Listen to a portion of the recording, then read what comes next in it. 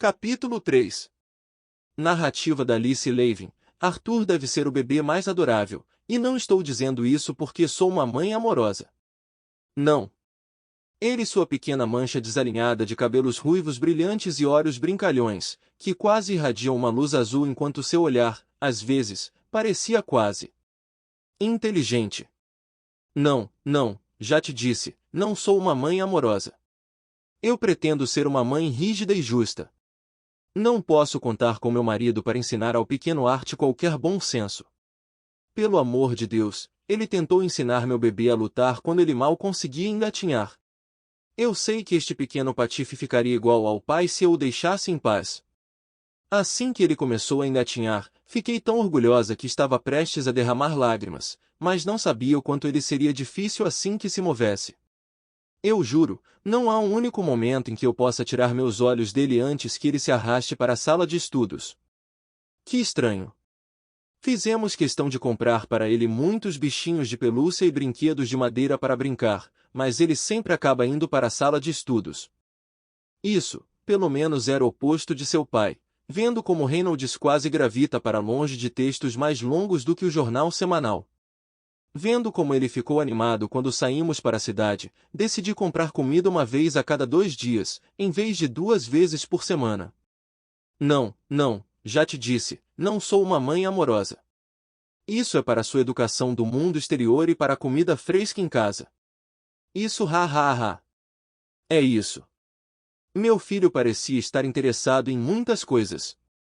Não me canso de ver sua cabeça, que parecia tão desproporcional ao seu corpinho, virando para a esquerda e para a direita enquanto tentava controlar tudo ao seu redor. Ele parecia particularmente intrigado com as práticas de seu pai. Reynolds era um aventureiro muito competente naquela época. Ser um aventureiro classe B aos 28 anos foi, na verdade, uma escalada bem rápida. Adquirir uma classificação classe E, a classificação mais baixa, exigia fazer um teste para nos impedir de enviar adolescentes ansiosos, mas ignorantes, para a morte. Quanto aos escalões mais altos, eu só vi alguns aventureiros classe A em meus anos de trabalho lá e ainda não vi um aventureiro classe S, presumindo que eles realmente existam. Trabalhando na guilda de aventureiros, ou o que chamamos apenas de hall da guilda, naquela época em Walden, eu pude ver muitos adolescentes ansiosos. Eu juro, fiquei surpreso por eles não terem se afastado de seus egos excessivamente inflados. Pelo menos eles eram ambiciosos. Uma vez, fui designado para supervisionar um exame prático básico, onde o examinando tinha que simplesmente demonstrar competência fundamental em sua manipulação de mana, mas antes mesmo de o teste começar, o garoto caiu de costas porque a espada que carregava estava muito pesado para ele. Falando em cabeça de vento, Reynolds com certeza parecia naquela época. No momento em que ele me viu no hall da guilda, seu queixo literalmente caiu e ele apenas ficou lá até que o cara na fila atrás dele o acotovelou para se apressar. Ele rapidamente enxugou a baba e conseguiu murmurar Oi. Posso trocar o material para a missão. Eu apenas ri quando ele ficava vermelho por estar envergonhado. Ele conseguiu reunir coragem para me convidar para jantar e nós simplesmente nos demos bem a partir daí. Mesmo agora, não posso deixar de sorrir quando vejo seus olhos azuis caídos como se fossem de um cachorrinho olhando para mim. Arte de alguma forma acabou com nossos traços redentores, tornando-o muito mais adorável. Você deveria vê-lo quando eu tive que trocar suas fraldas. Não sei porquê, mas ele começava a ficar vermelho nas bochechas e cobrir o rosto com seus dedinhos minúsculos. Será que bebês de sua idade podem ficar envergonhados? O próximo marco que chegou ao meu diário do bebê, que é puramente para fins educacionais, a propósito, e não porque eu sou uma mãe amorosa, foi quando ele disse mamãe pela primeira vez. Ele disse mamãe. Eu disse a ele para dizer mamãe repetidamente, apenas para ter certeza de que não ouvi nada errado. Reynolds ficou de mau humor o dia inteiro porque Art disse mamãe antes de o papai. Eu ganhei. O resto do ano passou agradavelmente com meu filho ficando ao meu lado onde quer que eu fosse e frequentemente olhando pela janela para ver seu pai praticar depois do jantar. Estou feliz que Reynolds desistiu de ser um aventureiro e, em vez disso, assumiu o posto de guarda nas proximidades de nossa cidade. Ser um aventureiro pode ter trazido mais dinheiro, mas não saber quando ou se meu marido voltaria para casa não valia qualquer quantia de dinheiro extra. Mas depois daquele incidente, para nosso alívio, nosso pequeno Art nunca ficava doente, mas, muitas vezes, eu o encontrava sentado ainda de bunda enquanto fechava os olhos. No início, pensei que ele estava tendo problemas para se aliviar, mas depois de verificar as primeiras vezes, não parecia ser o caso. Que estranho, eu não sabia o que fazer com isso. Achei que os bebês da idade dele deviam ser enérgicos e volúveis, mas depois de seus episódios de fuga para a sala de estudos, ele parecia passar muito tempo sentado quieto, quase meditando. Fiquei preocupado no início, mas embora isso acontecesse algumas vezes por dia, durava apenas alguns minutos e Art parecia estranhamente feliz depois.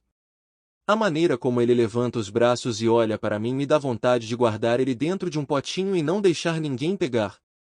COF, não posso ser uma mãe muito grudenta e amorosa.